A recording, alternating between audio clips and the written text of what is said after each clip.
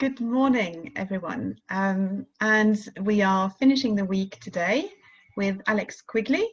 And I know a lot of people have been anticipating this particular session. Alex is going to be talking to us about closing the reading gap, something that he knows quite a bit about, having just released a book about that. Now, a former teacher, I think it's fair to say, although there is very much involved with schools still, but English teacher, head of department for years. But you are now National Content Manager at the Education Endowment Foundation. So quite an exciting role that you've got there, Alex. Alex is also, as I said, an author and quite a prolific blogger as well. So we are delighted to welcome him today. And just to clarify, this is the last session for this particular half term. Next week, we have a bit of a gap. Okay, Alex, if you are ready, over to you. Yeah, I'm ready. Good morning, everyone. I'll just get my presentation ready.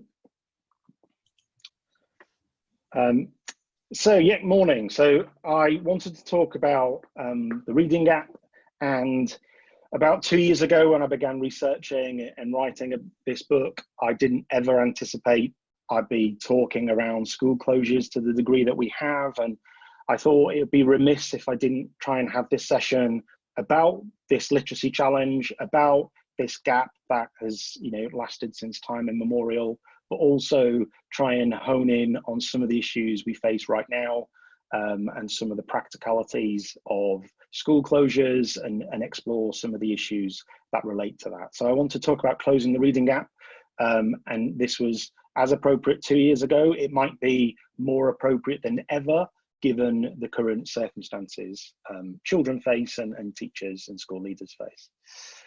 I think in my exploration of the evidence on reading, I found so many revelations, and it's quite odd if you've trained as an English teacher and you're meant to be the expert on reading, and then 15 years later, you find out so much information that you never knew when you were teaching, you certainly didn't know as a new teacher.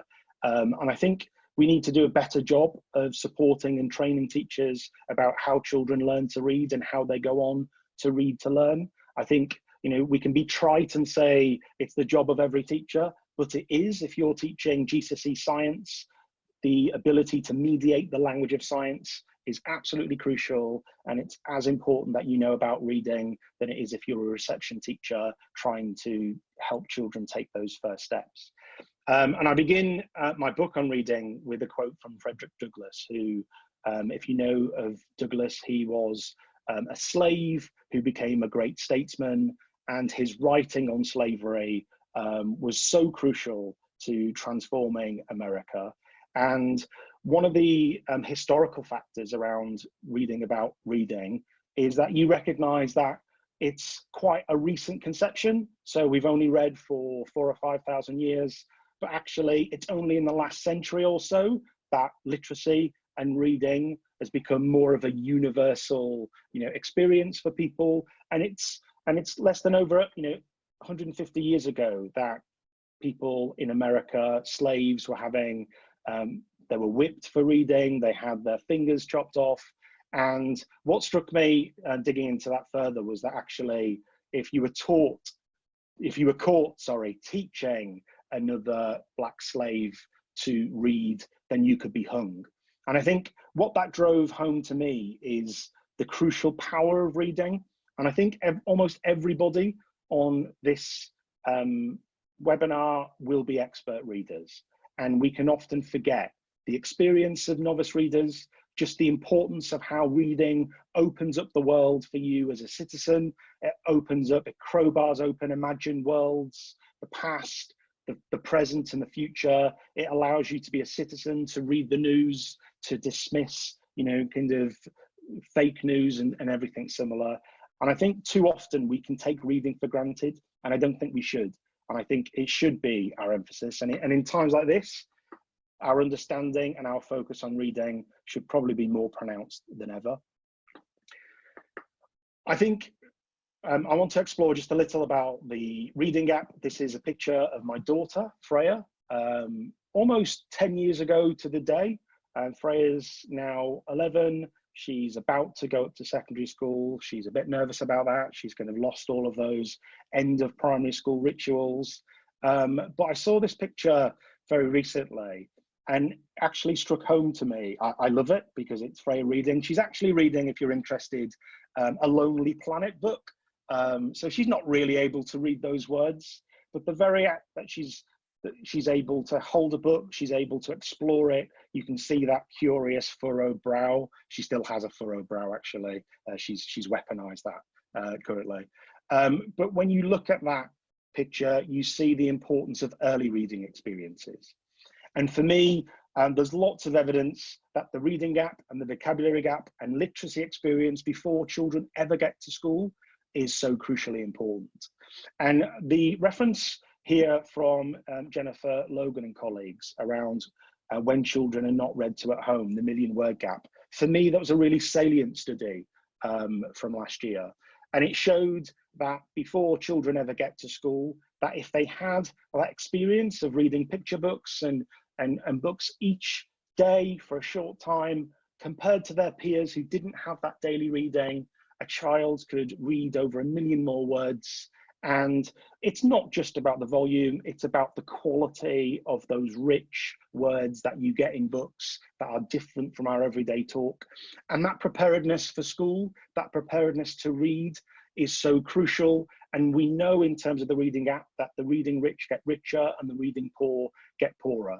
And that this manifests itself when you get into later in primary school and you have a quarter of children, struggling to reach expected standard in reading. So I don't think we can change everything that happens outside the school gates, but I think as we face the current situation of school closures, I think we need to pay more attention than ever about how we nudge and support reading at home. And that has issues of reading access, of reading practice, of trying to nudge and support children to be more strategic as readers, which is something I want to move on to. And a couple of years ago, there was some DFE evidence that explored reading habits. And it showed that 1/3 of children don't have that daily reading at home. And for those young children, there's a preparedness, there's a gap that emerges. And if we explore what's happening now during school closures, we can obviously see there's a correlation here between some children will just have more supports and then be more motivated and see reading as a pleasure, and others won't. So I think it's important to know where the reading gap starts, where it's established, and what we can do in the parameters for teachers in classrooms and also in the current circumstances of remote teaching. In terms of that access, I want to pose just a couple of questions, and there's a lot of people in this session, so I think the reality of doing polls, I'll steer clear. But if you just explore this question, how many disadvantaged children in the UK and in England do not own a single book at home? And just explore whether you think that's A, B, C, or D. And obviously A, there's a bit of a proxy there about how many children in our classroom don't own a book. If I pose the answer, so the answer is 1 in 8. And I think for me, some statistics can be stark and they often need more unpacking. But for me, that this is a bit of a punch on the nose in terms of reality, that lots of children just don't have the most fundamental right of owning a book. And yes, they might own a phone, they might have a laptop, but the nature of reading and the nature of reading complex texts is different. And I want to come on to that. So for me, this is a leading indicator that if children don't have access to books at home, then obviously that's going to stunt their practice. It's going to be probably an indicator that they have fewer literacy supports outside the school gates. And actually, C, 1 in 11, that indicates the general book ownership. And what we see that there's a trend here where children are reading less. And given we have school closures, that obviously matters probably more than it has previously. So what percentage of 15-year-old pupils have a reading age of 12 or under? Let me just pose that question to you from a recent study from GL Assessment. So have a think, make a note yourself. So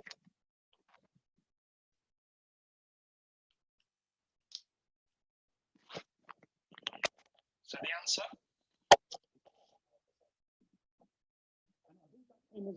It certainly made the news headlines very recently. It probably wasn't a shock to most teachers. We know that this manifests itself in Key Stage 3 and Key Stage 4, where those pupils who are sitting hours and hours of GCSE exams are going to struggle to access the reading that is necessary to navigate that exams. And that can be a maths GCSE paper as much as reading Shakespeare or something we more traditionally associate with reading skill and reading knowledge.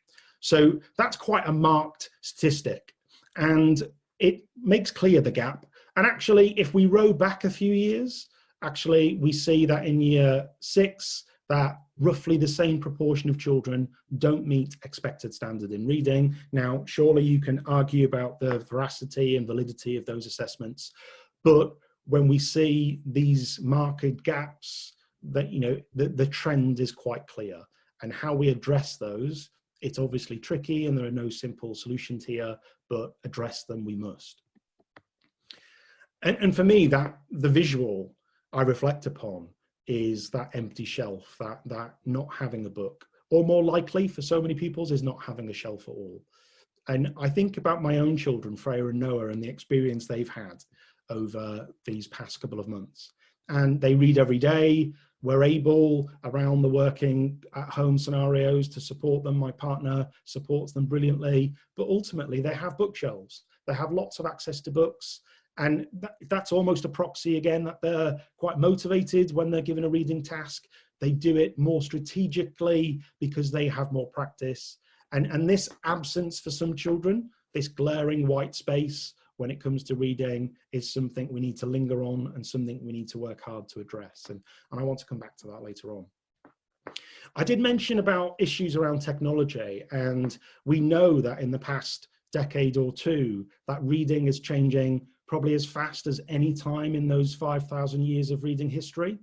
And there's a really good book by Marianne Wolf that shares some of the emerging evidence here around reading. And she asks some tricky questions about whether our reading skills may be deteriorating given screen reading, etc. And I think the jury is out, in truth. I don't think we know that reading is going backwards. I think reading's incredibly resilient. So there were claims from Socrates that, you know, books would hamper the human memory, and then when printed books came along, there were further critiques, and when the novel came along, there were critiques too. So we've always been quite skeptical that reading is vulnerable, but I think perhaps currently, as children read at home or don't read at all, and they're having to read a lot on the screen, we should certainly be asking these questions.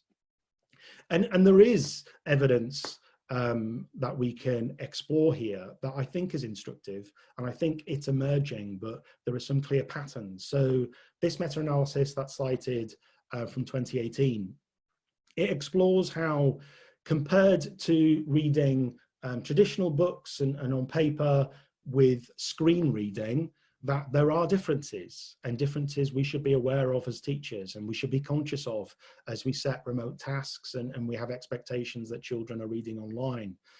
And I think the differences are interesting. It showed that there's not marked differences when reading fiction, but there seems to be more a marked comprehension skill difference when you read non-fiction, when you read informational texts. And given that's going to be a significant portion of children's diet reading at home, particularly secondary school students, actually that's something to pay close attention to.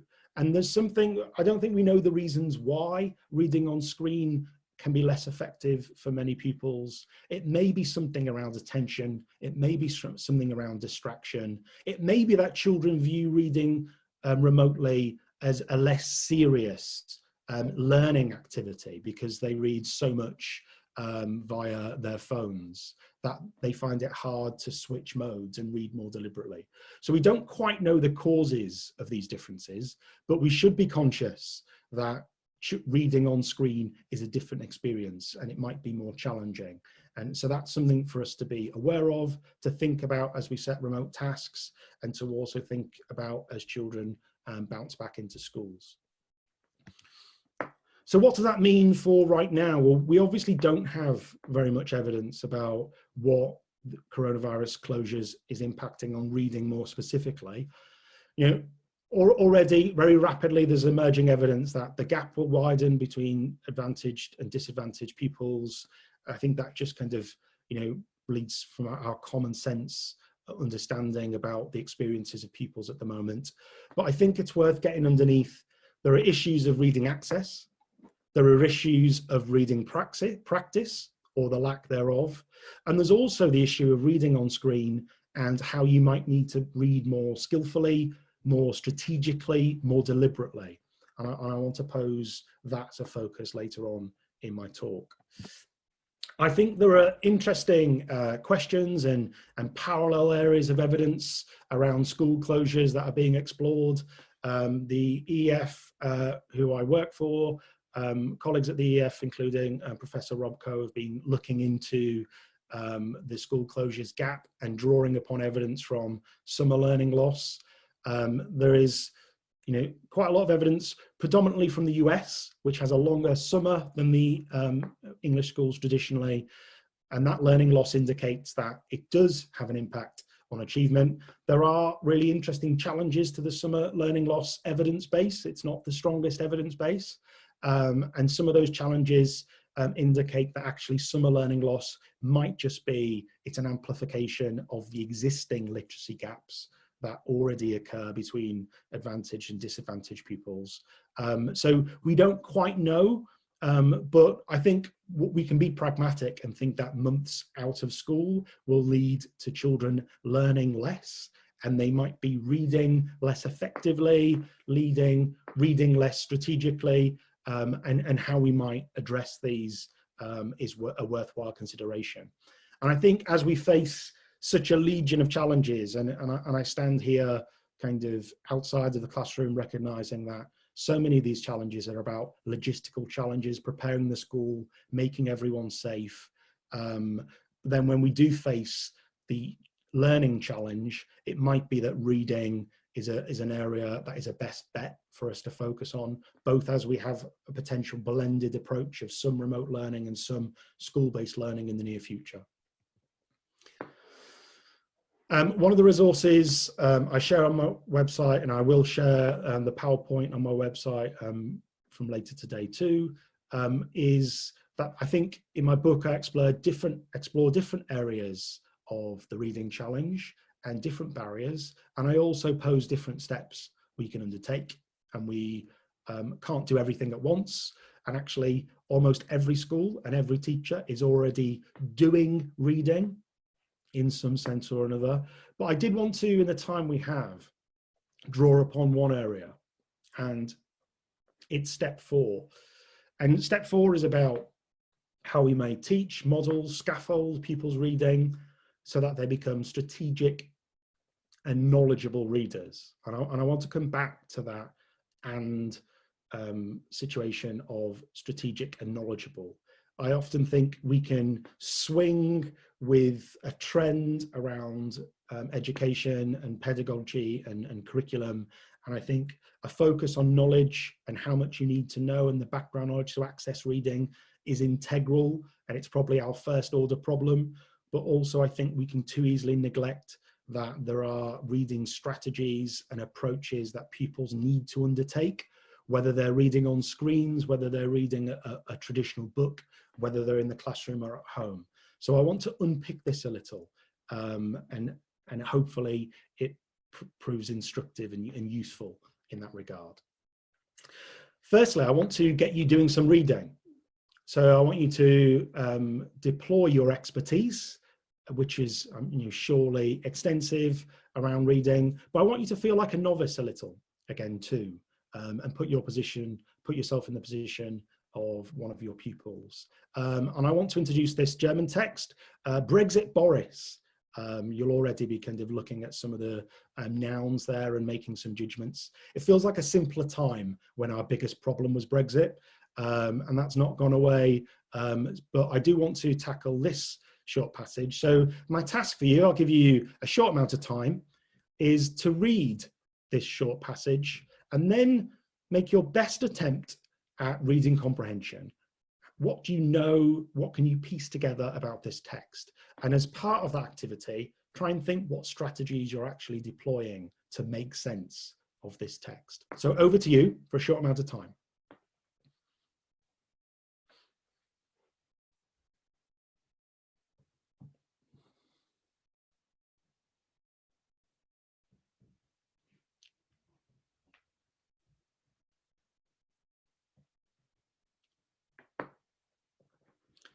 Okay, so you may have given that a go.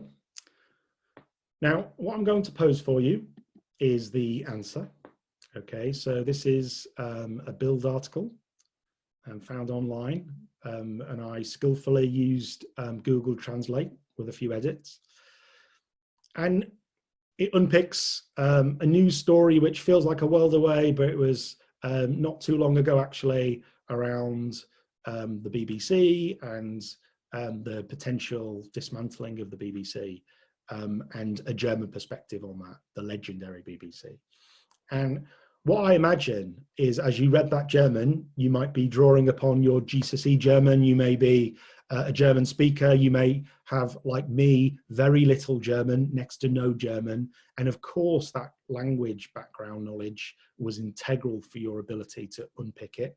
But I posed it in German because I wanted you to feel like a pupil, in that when they are reading many academic texts, whether it's a reading comprehension passage in year 6 or indeed a German textbook in year 7, that pupils are often navigating unknown language and background knowledge they don't quite access. So it puts you in that position. But there was enough there for you to piece together, and it made you be strategic and metacognitive about the act of reading. You had to put your knowledge to work. You had to be strategic and knowledgeable.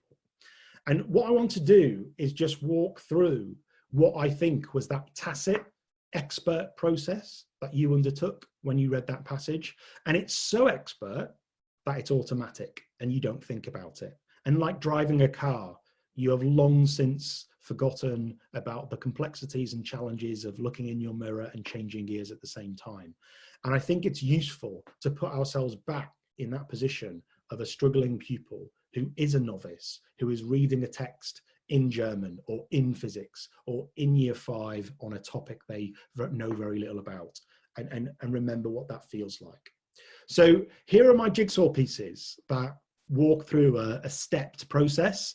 We don't read in this linear way as artfully as I present here, but the pieces of the puzzle, I think, are what we undertake as we read. So straight away, you evaluated the task.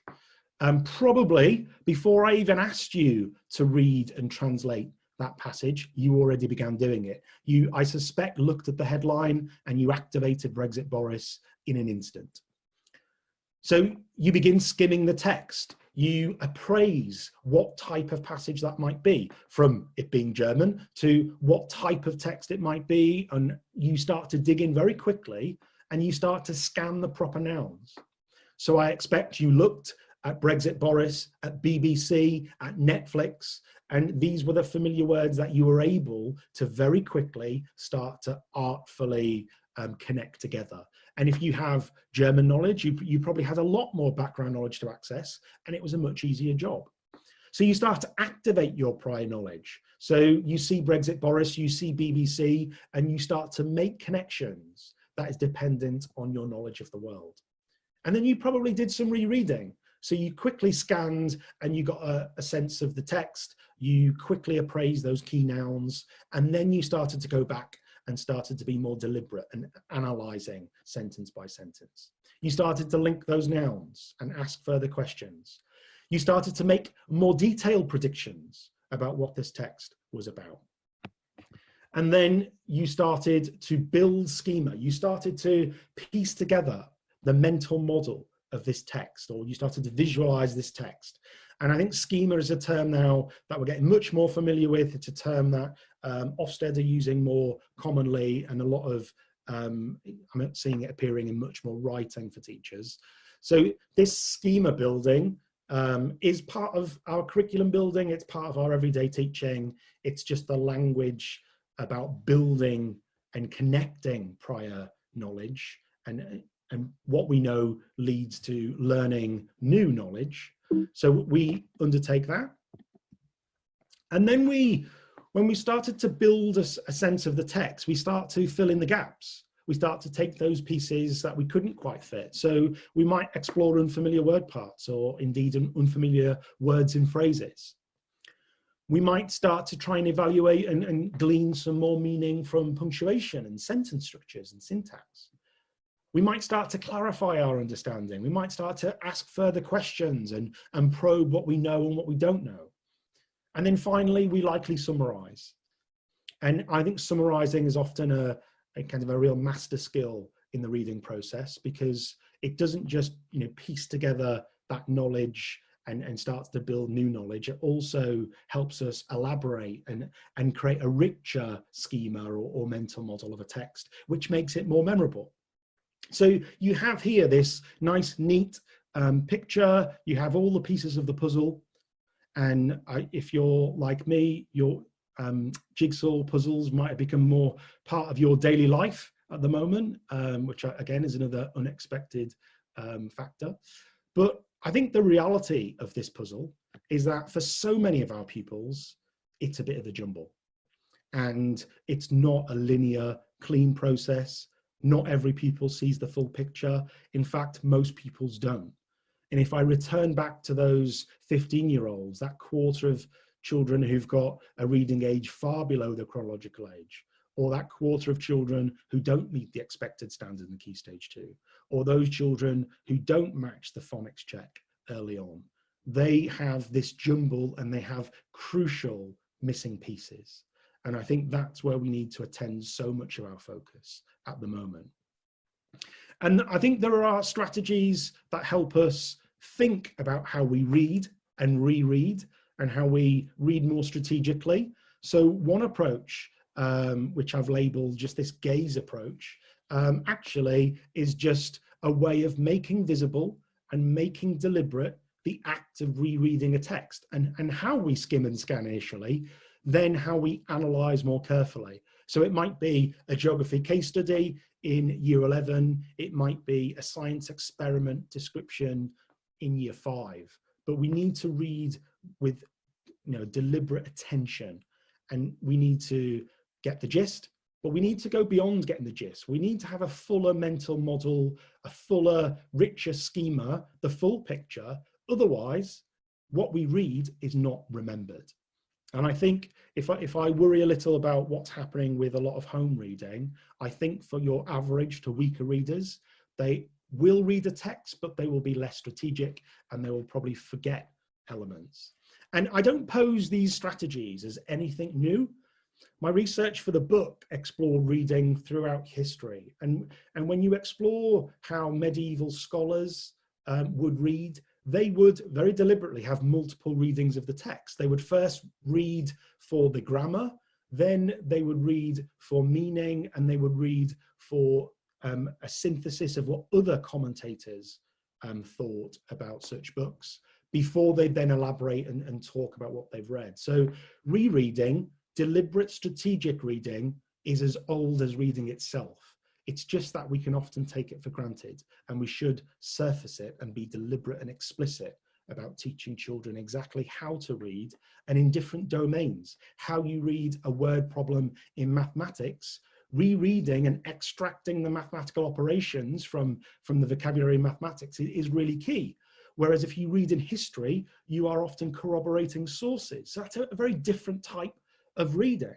And then when you read a poem, you're reading for meaning and you're trying to elaborate on multiple meanings, which in many ways is quite the opposite approach and strategy for a mathematician. So also deliberating on how reading might look differently in different domains is also very useful knowledge understanding for every teacher. And I want to linger a little on the evidence around readers who don't read so strategically, who lack background knowledge, and also lack this ability to actively construct that mental model of a text. And the term poor comprehenders is what a lot of the expert researchers have labeled it. So Kate Kane and Jane Oakhill are huge experts in reading comprehension. And this notion that so many pupils don't actively construct meaning, they don't ask the seemingly simple questions we expect. I think that's really important knowledge. And it might be that they're reading a science textbook in year 9 and they've got a chapter and you might think it's very artfully constructed and you've got headings and you've got emboldened text and graphics and a glossary. And yet so much of our understanding of weaker readers is that they don't ask the seemingly obvious questions. They don't undertake seemingly obvious, strategies like summarizing. And so we need to make what is implicit to those readers explicit and make it deliberate and teach with that in mind. So if I was to summarize, and I want to come back to knowledge in a moment, there's something here about knowledge, background knowledge being paramount and being crucial. Without that knowledge, you cannot piece together a text. If you don't know about Brexit, Boris, and you don't know about the BBC or Netflix, and you don't speak German, then you cannot strategically piece together a text. And yet, this is not an either-or scenario. You need to be strategic to learn new knowledge. Most of the texts that pupils are faced with in school, they don't have complete knowledge of that text. They only ever have a partial understanding. So we have to help them be strategic. And that's what makes a skilled reader. And I want to spend a little bit of time now on knowledge and what makes a text difficult. And background knowledge is one factor, but there are other factors too. And every year, I think we might have been spared this year, but every year these headlines about, Mr. Men being more challenging than John Steinbeck, and Roald Dahl and all these other rather silly headlines that are drawn out of analysis of reading difficulty that is based on sentence length, on vocabulary length, etc. Now, we know that vocabulary complexity matters. We know that sentence length matters. So a nice simple proxy for me is that if a sentence has 3 clauses, then that's going to be tricky for most students. And then if it has a lot of subject-specific language or sophisticated vocabulary, it's going to be hard to read. I think that makes obvious sense. But then there are other layers of complexity that mean that the reading challenge is difficult. So if you take John Steinbeck, an English GCSE, a former English GCSE text, then there are complexities around meaning, around mature themes of human nature, and also around metaphors and symbolism that wouldn't be captured in an analysis of sentence length. So we need to better understand what makes reading complex. The way that I've tried to pose this is with the moniker the Arduous 8, and it's a resource I share on my website, so you can download it if you want to know a bit more, and I've written a blog about it. But I think it's worth breaking down the different aspects of reading complexity. Background knowledge being number 1 here, vocabulary being number 2, but also trying to see the full gamut, and from sentence length to text length, all of these factors interact to make a text difficult. And I think it's important that whether you're teaching science, whether you're teaching a topic in year 4, or whether you're selecting reading for drop everything and read or encouraging reading at home, you've got a strong awareness of reading complexity. And one of the ideas I pose is that we should try and apply a Goldilocks principle, that for every child who's reading, that what they're reading is not too easy, not too hard, but just right. And I've been thinking about my own children during lockdown and their reading. And I want to give some exemplification later on where that's been even more marked for me. That if we don't carefully calibrate what children are reading at home, then they will struggle and they won't remember and they won't be able to access our curriculum as much as they'd still struggle to do that in the classroom. Firstly, I just want to present some challenging texts, but also this notion that I've taken from Doug Lemov and his excellent book, Reading Reconsidered, around pre-complex texts. And I think this is relevant for coronavirus closures that we face now.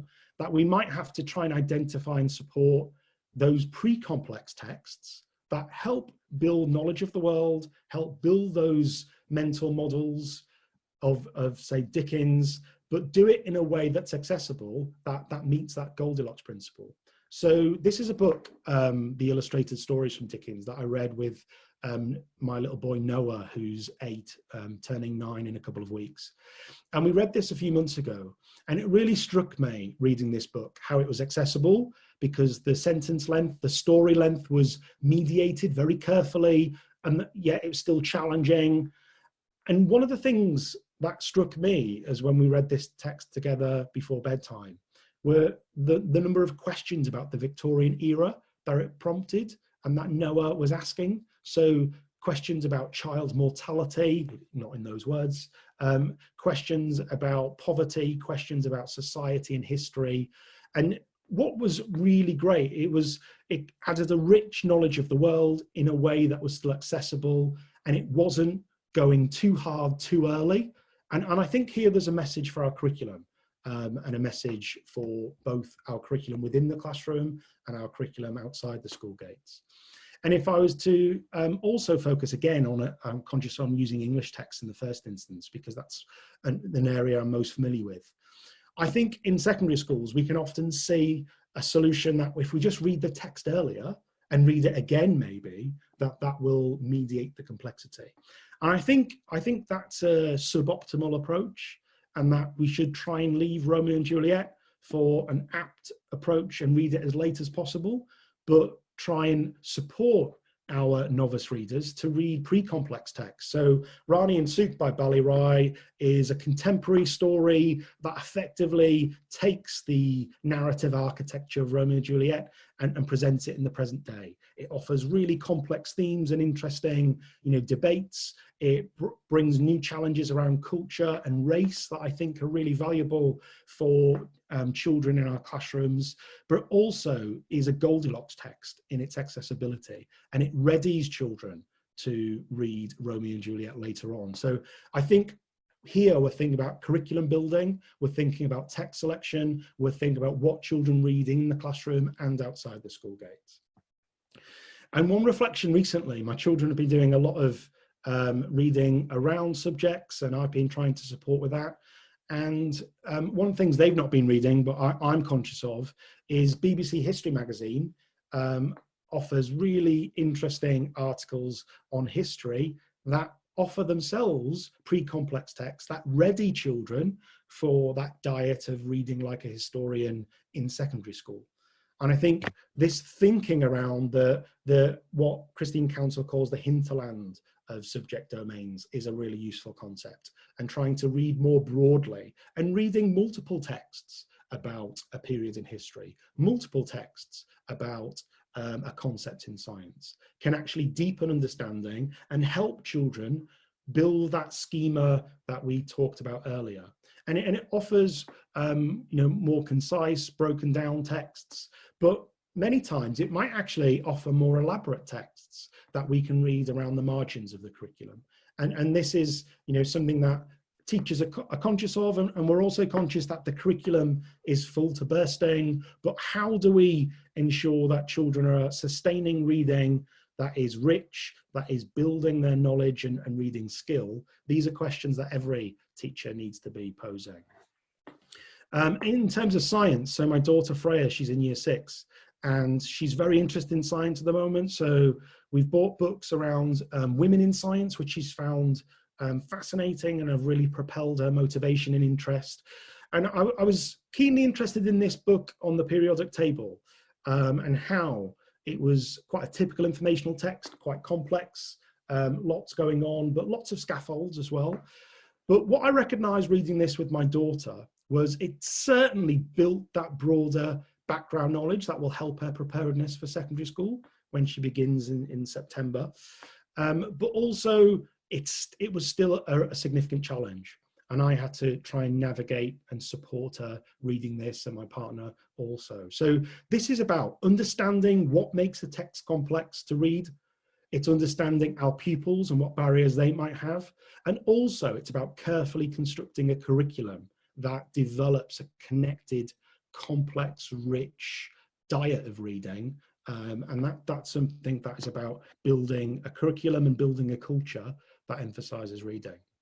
And if I come back to the Arduous 8, we can start to apply it. So you can see how different factors in the Arduous 8 are all interacting in one go when it comes to a singular text. But knowing that and being deliberate about scaffolds and how you might navigate those texts, being deliberate about what background knowledge might be missing, this is the, the essential nuanced knowledge that teachers need to have.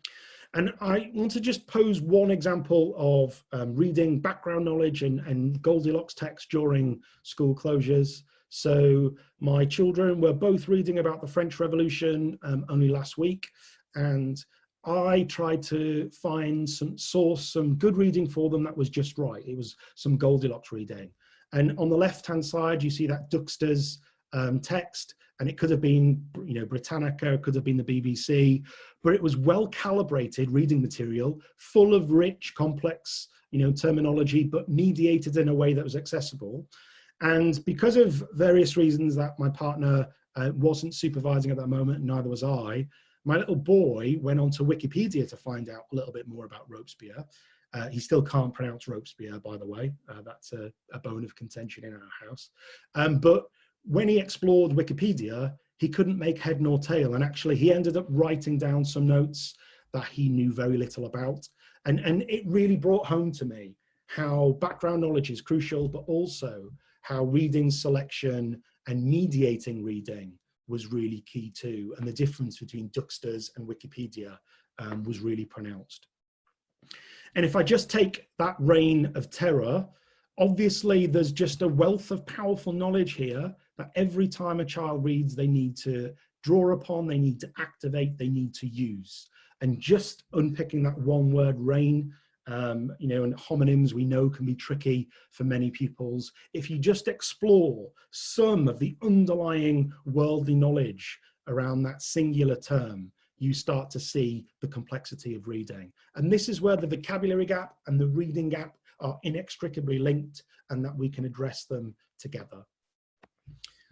And I think if I pose just a nice pithy quotation to summarize the importance of knowledge there, and to exemplify Duxter's and the reign of terror, it's this E.D. Hirsch quotation. And if I return to what I think is this important kind of calculation, if you like, that it is about knowledge and strategy, that is what makes skilled readers. And we need to attend to both concurrently. So if children are reading at home, are we supporting them to be strategic in how they make notes, in how they make predictions, in how they summarize? How are we helping children to remember what they've read? So my children are often undertaking writing activities to try and consolidate and elaborate on what they've understood when they've read. And that's really crucial, that we pick the right writing activities. A poster every time probably won't do the job if we've got some complex reading. And if I just pose a question really rather than an answer here, I think it makes us ask questions about our curriculum. And I've used this analogy that we can spend a lot of time artfully creating a beautiful curriculum. It can be a real Ferrari curriculum. But if we're not deliberately focusing on reading access, reading practice, reading strategy, then actually it's like having a Ferrari, but not having the key. And that might be, frustrating. And we often talk about reading for pleasure and reading motivation. I know that's a question I get asked a lot by teachers and parents.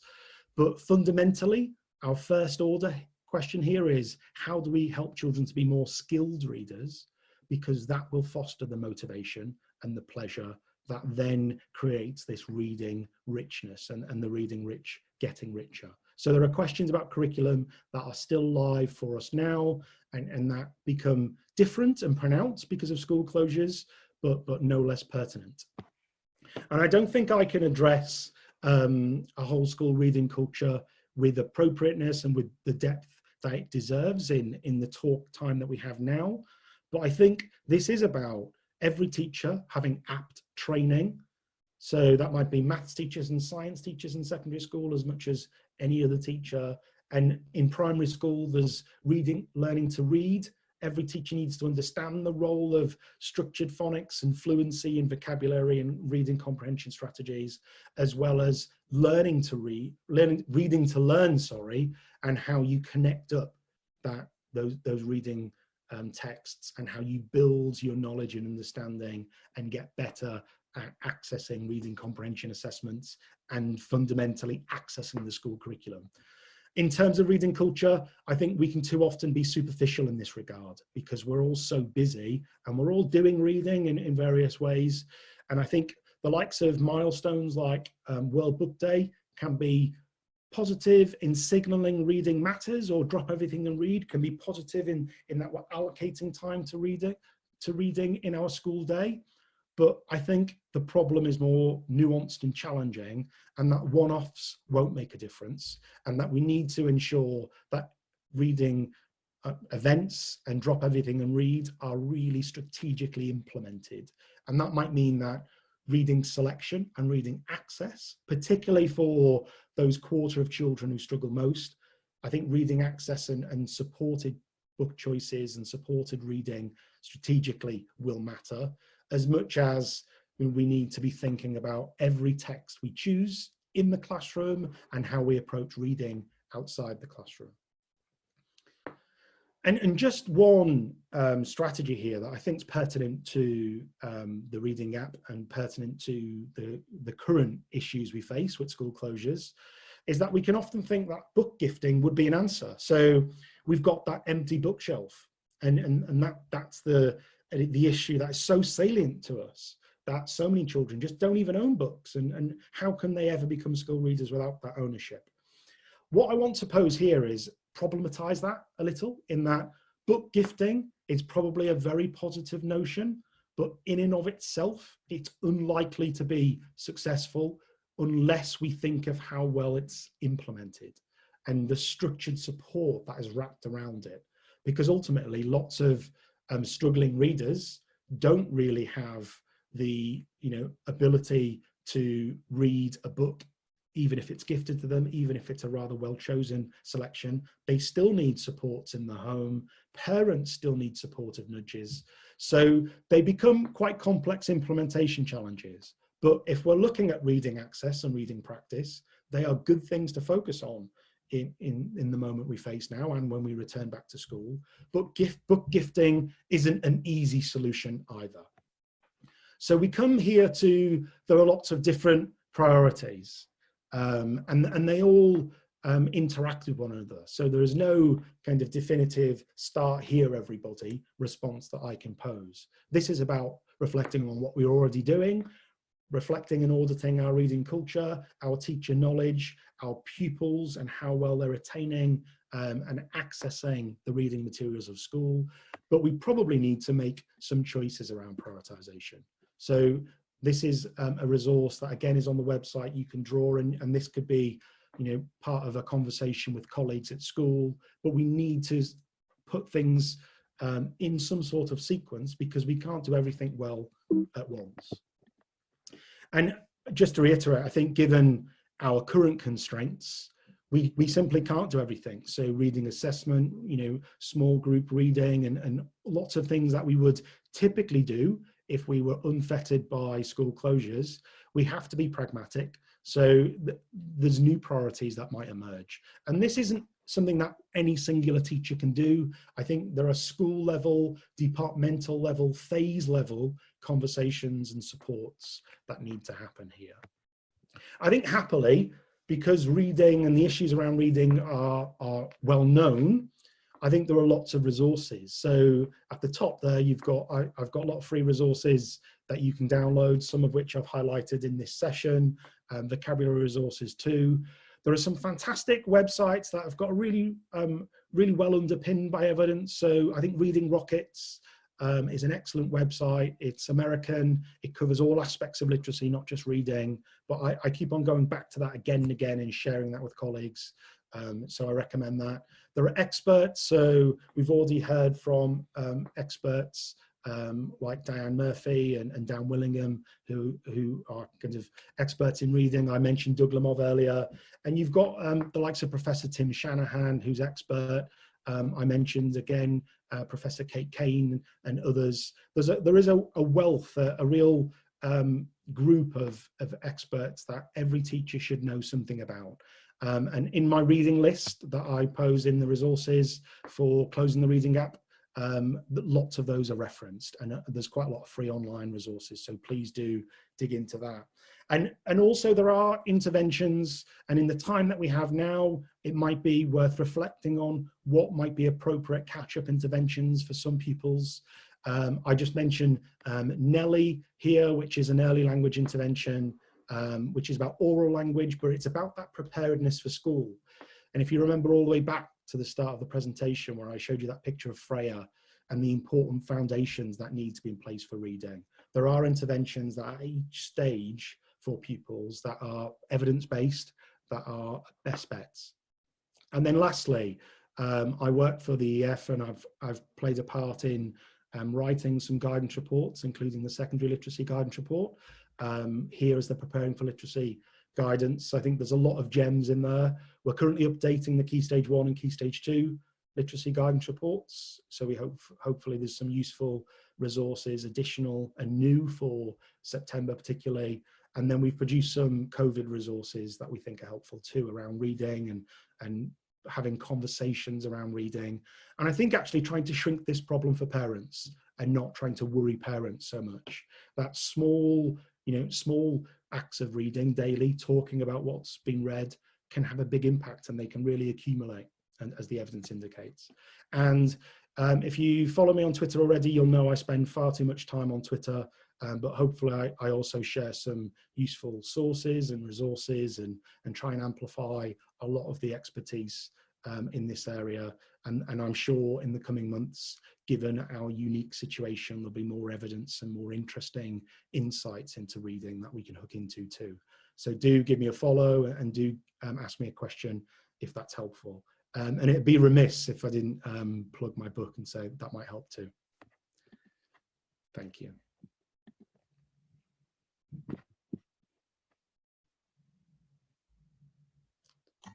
Sorry, we've got far too many questions to be able to answer in the time available, but there are a few people asking about tips to help students develop Tier 2 language. So can I just say that you've also got resources for that on your website and a whole book dedicated to closing the vocabulary gap, I think. So we're not going to address that perhaps this morning. Okay, so how do we get parents involved in a deprived area? And that's the language used by the person asking. Yeah, so this is a conversation that I've had with lots of school leaders at the moment. There's obviously a lot of criticisms firing left and right about schools and technology and access. I think we need to be pragmatic and understand our school context. So I'm only going to make generalizations here, but some of the evidence indicates that the likes of text messaging is probably more effective than other modes of electronic communication than say emails. So regular, accessible text messaging could be a way to help. I think I discussed here around a lot of children just not having access to books. There is something around the delivery and the sharing of real books and real text. And I know a lot of schools have shared packs and shared, concrete resources. So there's not a reliance on technology and Wi-Fi and all those other barriers for a lot of families. So there's something around direct sharing. There's something around simple, regular, accessible communications. There's something around book talk. I think for me, I think we shouldn't overwhelm parents and make them worry about, every child has to do this immense, massive reading. A lot of children aren't motivated to read, and it takes a teacher's skill to help them access it. But I think building a daily reading habit, so it might be in the morning when they're a bit fresh, it might be just nice relaxed read before bedtime. So if I take my daughter, she's 11, she's a competent reader, but she would rather draw for an hour than pick up a book. And so we try and find other habits rather than create a fight around it. And for me, that habit is bedtime, and we've got a good routine. So I think it's about trying to find routines, trying to support parents just with simple, accessible strategies. And there is no silver bullet here. And if we could give laptops, and it's a bit of a naive understanding about the many barriers that families face in deprived areas. And I think in truth, a lot of schools are doing this really well. So there's some evidence about what we should do. And I think it probably amplifies what schools are already doing in many cases. Thank you. Question from a secondary teacher. Is there a list of examples of age-related books that give good illustration of what children at different reading ages can access? So that's from someone who finds it hard to imagine what reading age 8, for example, means, as they have no child of that age themselves. Yeah, so in the book I share some links around. There are websites that give more age-specific kind of reading choices, often fiction. What websites I like, so the Royal Society has an annual book competition of books that are written with a science basis for younger people. And if you go on the Royal Society website, I can't remember the book awards exactly, but just put science book Royal Academy, and there's a ample back catalogue of books that were recommended for those awards, and that's the best list of science books that I've seen. I used it myself as a parent. I think it's a great curriculum building exercise as well. There are websites like Love Reading for Kids that give a more calibrated age-related focus. And actually, I am in truth a little bit wary of posing an easy answer here, because often it's the act of a school and a set of teachers looking at what they have in their curriculum and trying to build around that. That's most meaningful. So I gave the example earlier on of, you know, the BBC magazine, but in the book I talk about a history subject leader in secondary school, Tim Jennings, who has developed their own history book and magazine and article library, and they share that directly with their children. And I think that type of approach is probably optimum, because it's building wider reading that's well calibrated to the curriculum. And so I think that's probably the best solution. I do recognize that sometimes departments need a bit of a support to get started with that, and websites like Royal Society are really good. The research from Teresa Kremin, if you Google Open University and Teresa Kremin, there's a huge amount of good quality advice for primary school teachers, particularly around building reading communities and understanding what children should read and what they could read. And I find on Twitter, you know, I'm constantly seeking out recommendations. In the book, I use the case study of St. Matthew's, which is a fantastic primary school in Birmingham, and I follow Sonia online, and people like Sonia and lots of other head teachers and literacy teachers are sharing resources and ideas all the time. So many a time I've posed the question, you know, what can I get my 11-year-old daughter reading in terms of science? And I get some great feedback. But there are other sources as well. Thank you. In your book, you talk a lot about experiences and the struggle of inference for those who have poor cultural capital, and this is in speech marks. Yeah. How do you think schools can combat this in the classroom? So I think there are, you know, for the last 2 or 3 years, we've had these significant debates around powerful knowledge and cultural capital, and everyone having probably slightly different notions about what those things are. I think for me, at both primary and secondary school, this is about curriculum building. This is about making sure that every book choice, every task choice or topic choice is carefully connected up, and that we can't create this kind of easy ladder where you read one thing and then the next thing falls into place. But when I showed those pre-complex texts earlier on, I think subject teachers in secondary school know what topics are most salient, where the tricky, hard areas are, where pupils lack most background knowledge. So it's trying to be artful about your curriculum sequencing and trying to think about reading opportunities around that curriculum.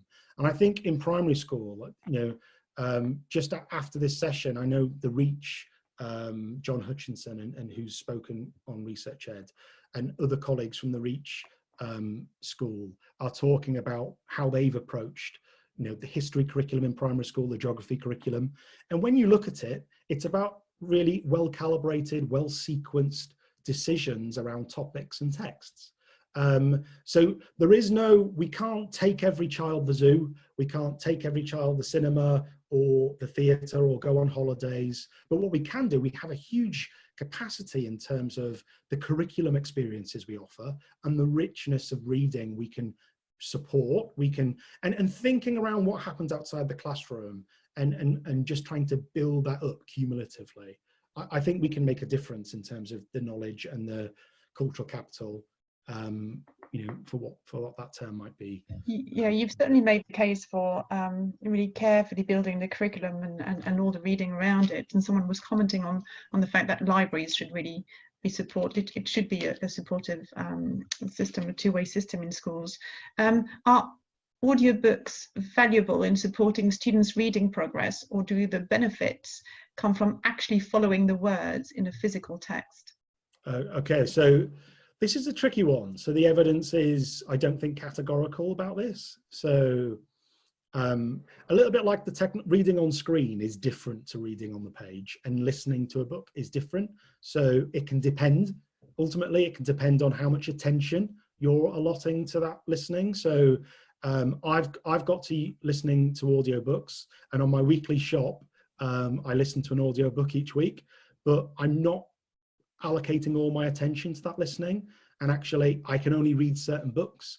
So I read lighter books and I read books about football. I don't read academic texts because I can't allot the attention to that listening. And actually, individually, my comprehension is stronger when I've got visible access to the text, to the kind of all the supports and the graphics, etc.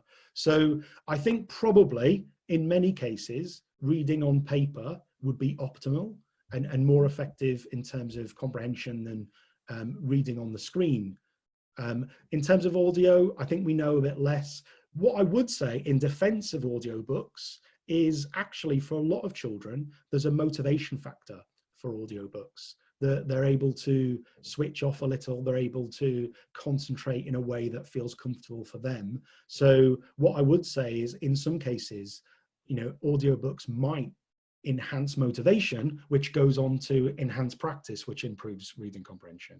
So not an easy one here. I'd probably, I've got a preference in terms of, reading, good old fashioned reading, probably still optimum. It was optimum 100 years ago. It was optimum a week ago. It still is. But audiobooks, I think, should be in our armory, and we should think about how we use them well. Different purposes. It's past noon, but can I just perhaps ask a last one? Yeah, could you make a comment on the significance of teachers reading out loud to students? Okay, so I think you just made the point about actually how we read and decisions we make about reading should be linked to the goals and what we're looking to learn. So if you're reading aloud to a group of children, that has obvious benefits. So benefits might include that a child gets to hear what a fluent reader sounds like, and the emphasis you put on certain words, and the stress and the kind of prosody, the music that you evoke around what's being read, and that can aid comprehension. I think it's a bit debatable whether the split attention of reading along hampers, and whether how exactly you should do it. I know some people think that reading aloud should be a singular activity and you shouldn't try and follow at the same time. I think the evidence isn't clear. It's not categorical. I think for me, reading aloud is good for hearing a fluent reader. It's often good for comprehension. The type of round robin reading where you ask a pupil to read can have benefits. So you can have a benefit in terms of a child building their own fluency, but then they might then have to, kind of overcompensate and focus on fluency, and then they lose their ability to remember and comprehend. So it's a horses for courses type of answer. It depends what you're looking to develop in terms of the reading skill. I don't think the evidence is categorical. The one resource I share freely on the resource page is different whole class reading approaches. And rather than saying, do this, don't do this, I pose, here's the approach, lots of which will be familiar. Here are the pros, here are the cons, and make your decision based on what you're looking for. Thank you. And perhaps a last word of advice to librarians. Someone's asking, is there anything that libraries can do at this point in time to help close the reading gap during lockdown? So in my book, I talk about library use, and I think a school library is often the canary in the coal mine, kind of represents your reading culture. But you can have a well-stocked library and it's not well used. I think during this time now, I think what we know, Teresa Kremen's research indicates that a lot of teachers don't have a great knowledge of children's literature. They don't have a wide repertoire of understanding themselves, whereas the librarian often does. So one strategy might be the librarian offering some training for staff around what reading materials might be useful, some reading strategies, and some reading choices. So that question, which I get every time I talk about reading from the colleague earlier around, you know, is there a kind of a reading list, if you like? I think that's where your librarian really shows their skill and knowledge. And but I think what's really key here is that a librarian is only as good as how they're supported to be good, and supported by school leadership and prioritized by school leadership. So I think this isn't a job for one person. Teachers need support here. It's really tricky. They've got gaps in their knowledge. The librarian can help, but they need support. And like most complex problems in schools, it will be mediated and supported by school leaders. So my final word would be a plea for school leaders to prioritize reading during this time. I know, you know, my sister's a primary head teacher. She's absolutely swamped at the minute with all kinds of issues around logistics and children, year 2 children licking other children and being completely unaware that that's a problem at the minute. There are lots of challenges for school leaders, but if we were to shrink some of our challenges down in terms of the school closure problem, the gap, reading's a good start. Reading's always a good focus. So that would be my final appeal. Thank you. You've been extremely generous with your time. I'm sorry we went over. Actually, someone just sent do you know when we talked about the audiobooks? Someone says, how about reading the physical text alongside listening to the audiobook? I think ultimately the evidence, and this is a good kind of meta point about research evidence, the evidence often doesn't give us a clear, definitive answer. This is about making informed choices. And I think for some children, they will have comprehension benefits from different modes of reading. And I think there's a bit of test and learn that we should try and practice and see how different strategies work. And there's a lot of, personalized kind of catching up with pupils at the minute, catching up about what they're reading is a good question, but also just giving them 1 or 2 little new approaches that might just boost their motivation. So yeah, again, it's kind of, there's lots of opportunities to seize, I think. Okay, thank you very much. I know I have to let you go, and I have a lesson in a few minutes. Yeah, thank you very much for your time. Have a great day, Alex.